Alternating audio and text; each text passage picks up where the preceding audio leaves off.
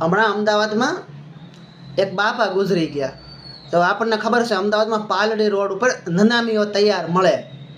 હવે એ લોકો તો વાટ જોઈને જ બેઠા હોય ને કે આગળ કોઈક ટપકે ને કોઈક લેવા આવે. એટલે બે ભાઈના બાપુજી એક્સપાયર થઈ ગયા. તો નનામી લેવા જવાનું તો રિક્ષા નક્કી કરી કે રિક્ષામાં લઈ આવી એમ. તે રિક્ષાવાળો ને એક ભાઈ પાછળ બેસી ગયો.